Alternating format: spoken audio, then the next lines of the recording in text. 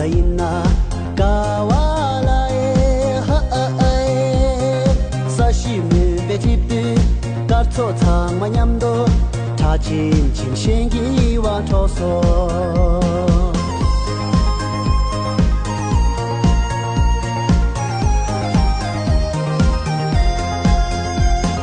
에레 거도 타죠